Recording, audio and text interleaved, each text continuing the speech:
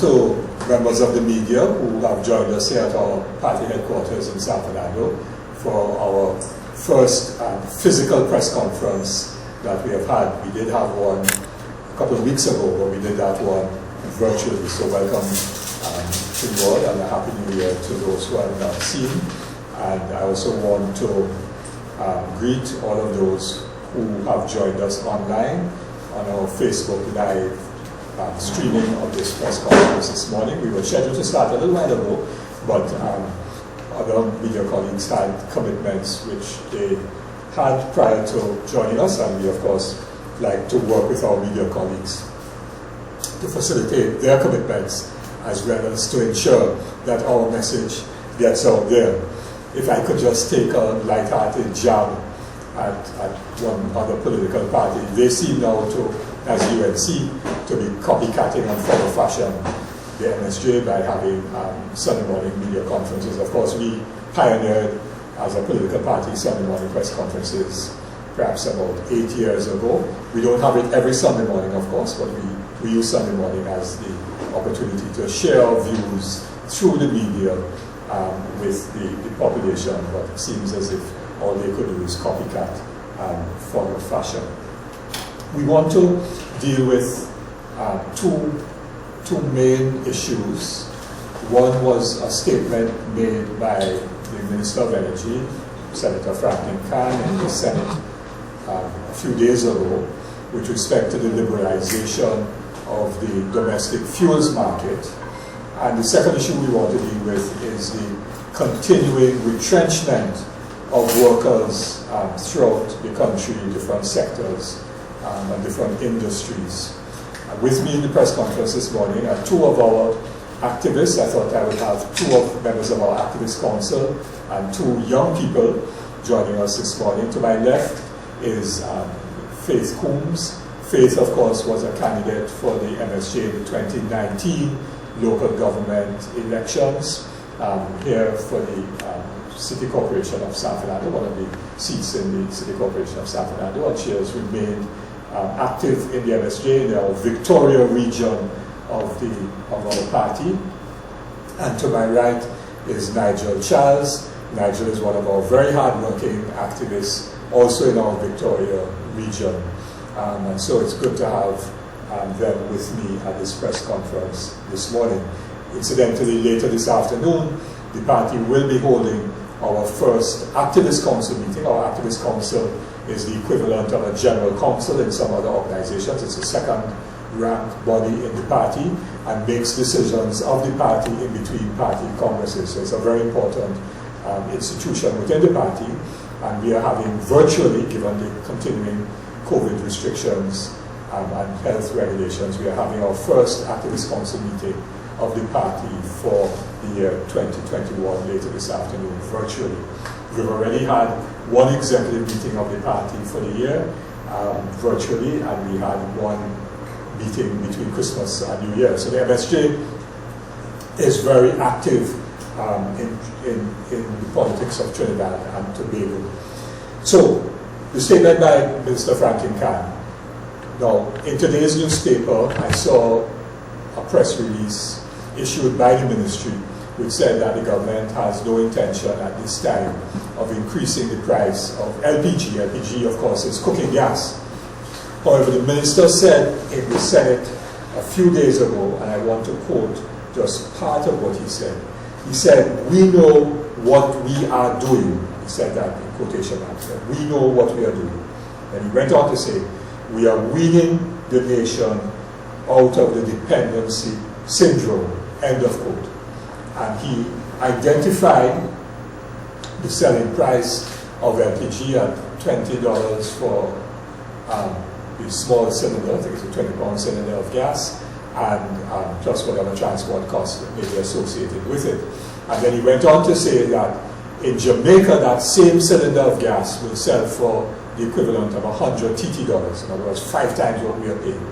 And in the context of saying that we are weaning the country off of dependence, he was implying that the government's policy is to liberalize the price of cooking gas deregulate the price of cooking gas so that the price of cooking gas will rise to that near or at the international price, and therefore will be somewhere around $100 TT for a 20-pound cylinder of gas. Now, yesterday there was a huge, and maybe since Friday, there was a huge pushback on social media in particular, as people objected via social media to any increase in cooking gas.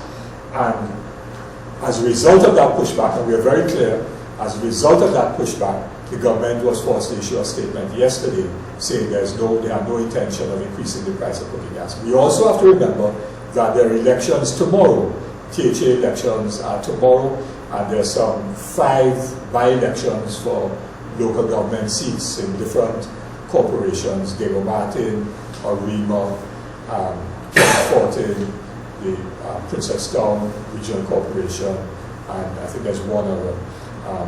There are 5 by-elections for councillors, and therefore, in the context of the elections coming up tomorrow, I have no doubt, and together with the social media pushback, that the statement was walked back by the government, saying that they have no intention. But it is very clear from what was said that the policy direction of the government, which is what we have to understand, so whether it comes this week, next month, or 6 months from now, the policy direction is to wean, according to Minister Khan, to wean the country of dependency, according to him. And therefore, the price is going to go up at some point in time, given that policy statement, a very clear policy statement. And it was said in the context that we know what we are doing. So there wasn't any ambivalence about it. They're very clear as to what they wish to do. We condemn that totally. We believe that any increase in the price of cooking gas would be extremely negative, because the vast majority of those who use cooking gas in the country are persons at the lower income scale in Trinidad and Tobago. And you will know, and you will see people going with one 20-pound cylinder on their shoulder. Some people push it in a little cart when the gas runs out, to go by the supermarket or by the gas station or wherever they're selling, to get another 20-pound cylinder to complete the cooking for the day. So you know that people are living day to day in terms of their cooking gas. Not that they have big 100-pound cylinders, and when one cylinder is empty, it gets replaced, and so on. They're living day to day with these 20-pound cylinders. And it will be horrendous when people have lost their jobs as a result of COVID, when people are working part-time when they used to work full-time. I have gotten stories of people who would have been working 5-6 days a week, who are now working 2 days a week because the business activity has turned down. You walk in some of the malls and you see malls, stores in the malls closed, space for rent is what the signs are all over the place. And therefore, with people already suffering tremendously in this country, poor people, working people suffering tremendously in this country, it will be horrendous for them to have to pay for increased cost of cooking gas. And the minister, in his statement, made a very interesting comment when he said that Petrotrin, by law, was forced to sell cooking gas, LPG, coming out of the refinery operations at a low price. So, in effect, Petrotrin was also helping to subsidize that. With the shutdown of Petrotrin and the closure of the refinery, we lost the ability or the capacity to supply the domestic market out of the refinery with cooking gas, and that has had major implications as well. Now, I then want to refer to the article that appeared in the media yesterday, where Trinidad Cement Limited issued a statement saying that the TCL group will cease operations at its paper sack manufacturing subsidiary, TCL Packaging Limited, TPL, effective the 15th of February, and some 47 workers are to be sent home. Now, this is on top of workers being sent home by the main company, TCL, and there have been several retrenchments over the last six months or so, the most recent taking place a few weeks ago when another 12 workers were sent home from TCL itself, the company that is producing cement for Trinidad and Tobago and the regional market. And TCL Group, we have to understand, is primarily owned by the Mexican multinational Cemex, which is one of the giants in the international cement industry globally. And Cemex is the one that is driving these decisions without any consideration whatsoever for the workers and the people and the country of Trinidad and Tobago. So TPL not only employs 47 workers, but TPL produces the sacks which TCL places the cement in that you and I will purchase. But TPL also produces bags for the Massey Group as well as for National Flour Mills. So with the closure of TPL, it will now mean that we will be importing finished bags for cement, for National Flour Mills, and for Massey, and perhaps for others as well. I'm not sure about their details, but certainly those have been identified. And therefore, to put additional pressure on our foreign exchange and our foreign exchange situation, which is bad. And the central bank governor, a day or two ago, reiterated the situation of foreign exchange, saying that it will continue to be very bad in the country for 2021. So workers are going home. People who were working for a relatively decent salary, able to take care of their families, perhaps having a mortgage to pay, and other bills and so on, children going to school, these people are being thrown on the breadline. In addition to the hundreds who are being retrenched in very many other workplaces over the past year, and more are being sent home as we speak. So we want to focus on the fact that Cemex and TCL, its subsidiary here in Trinidad and Tobago, has been putting profits before people. Profits before people.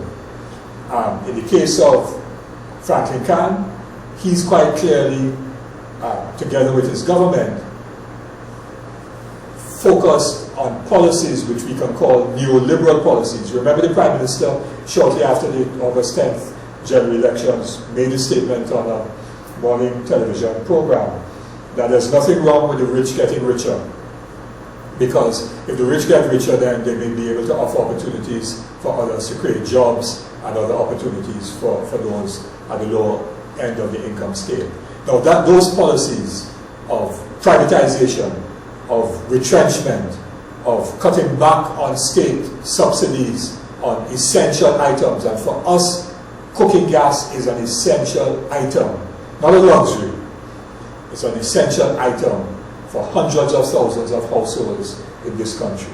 And policies which enrich the wealthy, those policies have been a total and utter failure throughout the world and have resulted in greater and greater inequality. And that has been shown all over the world. And today is not the time for me to give a lecture on economics and so on, but it is in the last election campaign in the United States, the whole issue of the pandemic, the issue of inequality was central. In Europe, inequality. In Latin America and the Caribbean, growing inequality. Here in Trinidad and Tobago, growing inequality. Inequality of access to education. I think the President herself remarked on the problems of our school children in this COVID period and the inequalities of opportunity that has caused. So, we condemn those policies outright. And we are saying that we must put people first. people must come first. And if we put people first, then you cannot and must not increase the price of cooking gas. Not tomorrow, not next week, not next year. If you're putting people first. If you're putting people first, then the government should intervene and say to TCL/CMEX, you cannot close down that plant. Remember, what has been happening is that we are destroying our manufacturing sector. Unilever closed down the manufacturing, is now importing what they used to manufacture before. And the government said nothing, did nothing. When ArcelorMittal closed down the steel mill, the government said nothing, did nothing. Huge manufacturing plant, steel, shut down. Thousands of workers directly and indirectly lost their jobs as a result of that. Closed down the refinery and shut down Petrotrain and so on. Huge output of local economic activity shut down. Those policies are wrong, and we condemn that totally. And so we are saying that we are very concerned about this liberalization of the domestic fuels market, which was announced by the Minister of Finance in his budget in October. And we are very concerned about that. There will be no details yet coming out about what is going to happen to the price of diesel. Because the price of diesel is going up, and the Supermarkets Association and other businesses have already said that food prices are going up as a result of the shortage of foreign exchange, and therefore they are getting problems with their suppliers, and therefore they have to pay premium prices for imported food. And then if we have other problems with the price of diesel going up, which is a main fuel for the transport sector, prices will go up. What is going to happen to poor people in this country? Working people who are working at minimum wage or just above minimum wage. They're not going to be able to survive. So the whole issue of the liberalization of the fuel market. What is going to happen with the increased margins for the gas station owners? How are they going to pass their increased profit margin? And their profit margin may be very small. I'm not saying that they have big profit margins. They may be very small. But if they allowed to increase their profit margins, what is the impact of that on purchases of fuel? And what is that going to do in terms of people's livelihoods and so on? So we are very, very concerned about all of these matters. And we are saying that people must come first, and the government responsibility is key responsibility, because the government sets the tone, sets the economic framework, and can intervene even with the private sector to ensure that people are not suffering unduly in these times. So that's a general statement that I want to make, and we are saying that they must restate or come back with a new policy. They must come back with a new policy. And let me just say that what they're talking about, the dependency, is a wrong approach. The state has a responsibility for the welfare and well-being of all of its citizens, and in particular, those who are most disadvantaged: working people, the poor, the elderly, children. The state has that responsibility for the well-being and welfare of all its citizens. And therefore, it is necessary to ensure that people get water at an affordable rate, because water is a basic human right. So restructuring of WASA must not result in water rates going to the level where householders cannot afford water. Charge the industrial users more, that's fine, because they are earning revenue, but not householders at the lower end of the income scale. Similarly for electricity, and for public transport, and for public housing, and for things like cooking gas and so on. Health, those are essentials, and the state has a responsibility to finance those. So it's not dependency, it is taking responsibility to ensure that nobody is being pauperized in this country. So we are saying, put people first.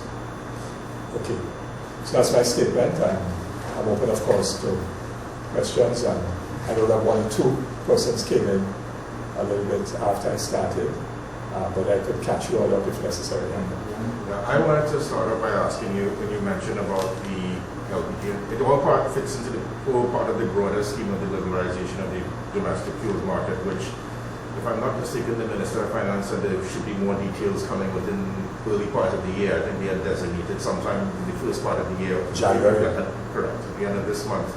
By the end of this month, to have something in place. So are you calling on him, Minister Khan, or somebody in the government to lay out this policy fully so everybody can see it? Yes, it ought to be, and it can't just be the government deciding these things, because they have major implications going forward for citizens. And so we are saying that any increase in the price of, focusing now specifically on LPG cooking gas, that there should be absolutely no increase on that, because that now is an essential item for the well-being of hundreds of thousands of households. Okay.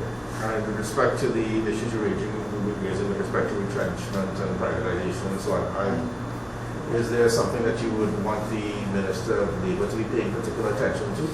It's not just the Minister of Labour. This now has to be a policy position of the government. You see, the Minister of Labour, only he or she can do, in this case he can bring in the employer and the union and have discussions in conciliation. The Minister of Labour has no power to stop any retrenchment in that regard, unless the retrenchment is being done contrary to the provisions of the Retrenchment and Severance Benefits Act. In other words, if the employer does not give the union and the workers 45 days notice, or does not pay the workers 45 days pay in lieu of notice, and so on, then the minister could say that is illegal.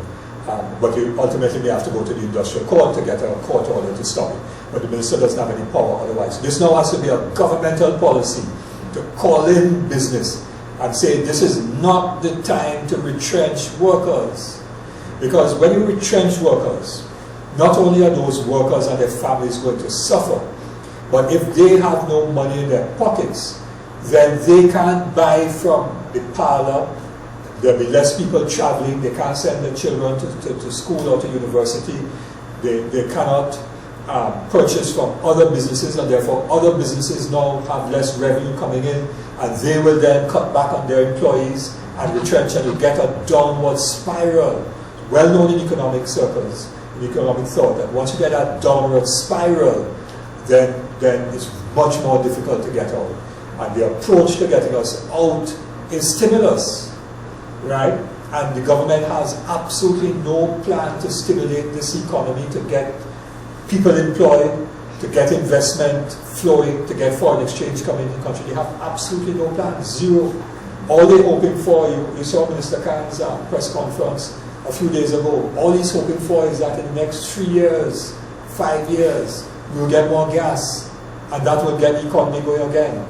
They're just clueless, apart from hoping against hope that 3-5 years from now, something will happen. Okay. That's not good enough. Right. Well, although this wasn't on the agenda today, I was just curious as to whether the MSJ has a view on the new online exemption policy, which is going to take effect from tomorrow in terms of getting stranded nationals back in the country. Well, the only thing I want to say is that if it is a transparent process and facilitates the applicants knowing exactly where they are, so they're not waiting, they've made an application, like what's been happening recently, they made an application and days and weeks and months pass and they don't get any feedback. That was not appropriate. So if this is going to be more transparent and more efficient, then we will support it. But we'll have to see how it rolls out, because it's one thing to announce a process, and then it's quite another thing for the actual rollout to work in an efficient and effective and fair way. Okay.